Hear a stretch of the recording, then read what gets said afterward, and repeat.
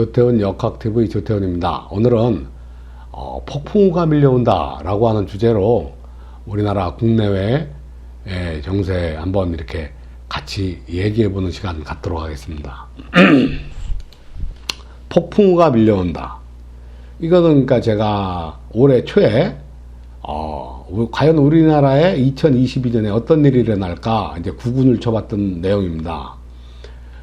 그때 이제 점을 쳤더니 이제 택화역이라고 하는 괴가 나왔습니다. 혁은 이제 변혁이고 혁명이다. 이 괴 자체가 엄청난 혁명이 일어나는 그러한 어떤 뜻을 갖고 있습니다. 이 괴를 보면 위에는 연못에 물이 있고 밑에는 불이 있는, 그러니까 불이 밑에 있고 물이 위에 있다 보니 이 뒤집어지겠죠. 완전히 큰일 나는 대변혁을 겪는 그런 격동의 한 해가 될 것이다. 이렇게 생각을 했습니다. 그런데 제가 이제 또 유김가니까 유김점을 또 한번 쳐봤죠. 그때 무렵입니다. 그랬더니 을미일날 삼전이 사유축 이렇게 나와갖고 종역격이라는 어떤 괴가 나왔어요. 그러니까 여기 혁자가 이제 아까도 택화혁대의 혁자 똑같죠. 근데 이 종역격이라는 것이 이제 사유축 하면 이제 금국이 돼가지고 도끼날이 그냥 아주 그냥 을목을 그냥 아주 작살내는 그런 형국이거든요. 전체가 몰려서. 그러니까 엄청난 변화를 뜻하는 내용이 똑같죠. 유김이든 주역이든. 그래서 어떤 이게 이렇게 돌아가겠구나라고 이제 생각했었던 부분인데 제가 그러니까 우리가 이제 은나라 때는요.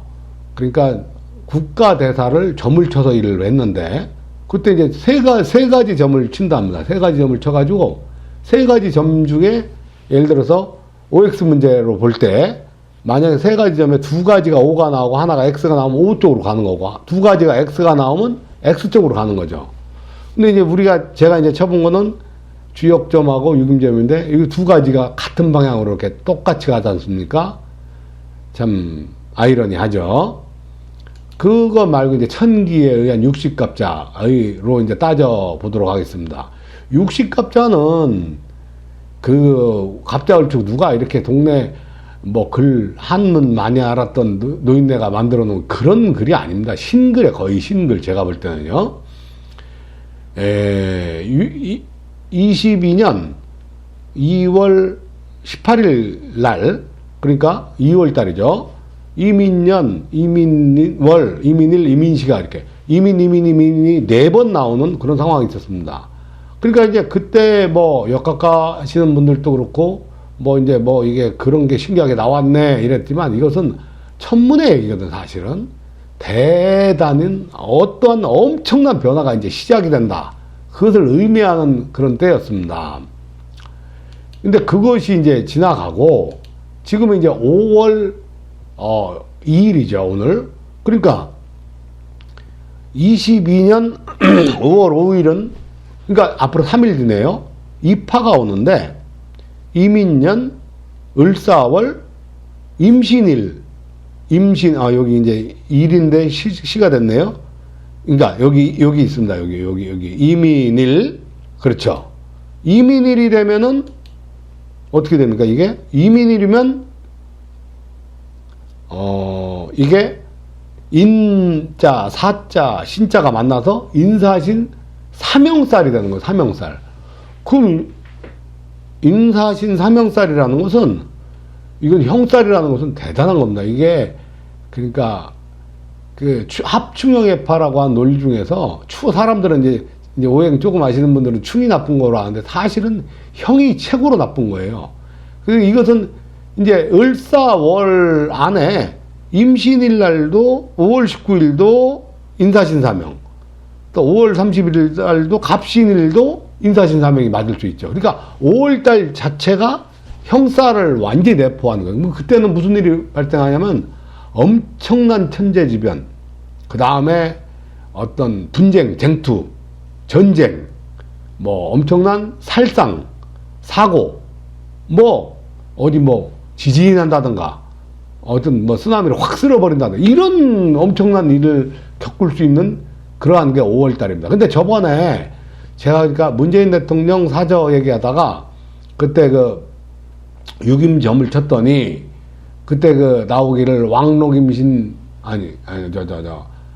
귀적 당시 무해구 해가지고 귀적이 강항할 때는 그것이 넘어가고 그것이 넘어가서 쇠락해질 때가 언제입니까? 입하가 되면 목기가 이제 그때 꺾이니까 이때부터 들고 칠 것이다.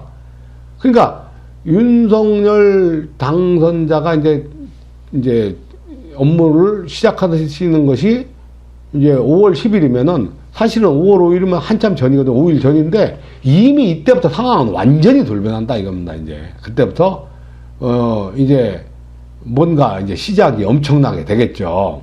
그런데 그건 5월 5일 얘기고 6월 달이 되면 5월 5일부터 6월 5일까지는 그 인사신 사명살로 막 엄청난 그 살상이라든가 어떤 그런 사고가 발생하는 대변화가 일어날 수 있는데 근데 또 인호술이라는 게 또 와요. 언제? 6월 6일 날부터는 이민년, 병월, 무술일이 그러니까 6월 14일 날이 무술일이고 6월 26일이 또 경술일인데 그러니까 이것을 인호술은 이제 화국이라고 그래서 완전 불구덩이 이거 막 폭탄이 떨어진다든가 이것도 맞는 얘기죠. 그 다음에 뭐 화산이 폭발한다든가 그것도 맞는 얘기고 엄청난 그러니까 이게 이제 우리가 경인년 5월 수릴날 전후로 해서 6.25가 발발했습니다. 우리나라에. 그래서 완전히 전국이 불구덩이로 이렇게 떨어졌던 그런 시절이죠. 이제 그러니까 그러면 지금 여기서 이제 5월 달부터 6월 달 5월 달 인사신 사명 6월 달 인호술 화국 이제 막 엄청나게 시작된다는 얘기죠. 근데 이제 지나온 저기로 본다면 이 유김의 종역격이 사유축이 나왔는데 이 사유축은 금기가 왕할 때가 언제냐면 사실은 가을이거든요. 입추부터 이제 그때부터는 완전히 그냥 면도 날아가는 그러한 형국이 아주 흉한 거거든요. 이제 그런 측면으로 보면 5월, 6월부터 이제 계속 이제 가을철까지 엄청난 변화가 일어난다. 뭐 이렇게 볼 수가 있을 것 같습니다. 지금 이제 온 국민이 이제 그 중에서 좌파도 있고 우파도 있고 하겠습니다만 어쨌든 보편적인 생각을 가진 국민들이 굉장히 진짜 우울증 걸릴 정도로 정말 무슨 뭐 대장동 사건이고 뭐고 그 안 좋은 그것이 다 밝혀져도 아무도 조사를 받거나 뭐 진척이 전혀 안 됩니다. 그러니까 국민들은 너무나 뭐 이런 경우가 다 있나 이렇게 이제 속상해 했는데 이제 다 왔단 얘기죠.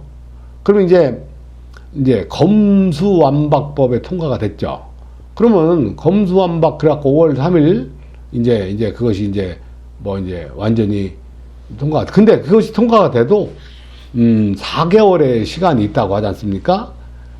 이것은 엄청난 진짜 민주주의의 기본 틀을 뒤흔들어 놓는 그러죠? 검수완박법의 통과법은 자기 스스로를 지키기 위한 방탄용 법안이죠. 방탄용 법안. 자기들이 조사를 못하게끔 국회의원이나 뭐 어떤 관직자들을 이게 조사를 못하게 자기 스스로를 방어하려고 이제 억지로 이제 법을 이제 시행을 했습니다. 근데 사람이 자기가 죄를 졌으면 당연히 조사를 받아야 되는 건데 그 자체를 못하게 하는 그런 말도 안 되는 법안이죠.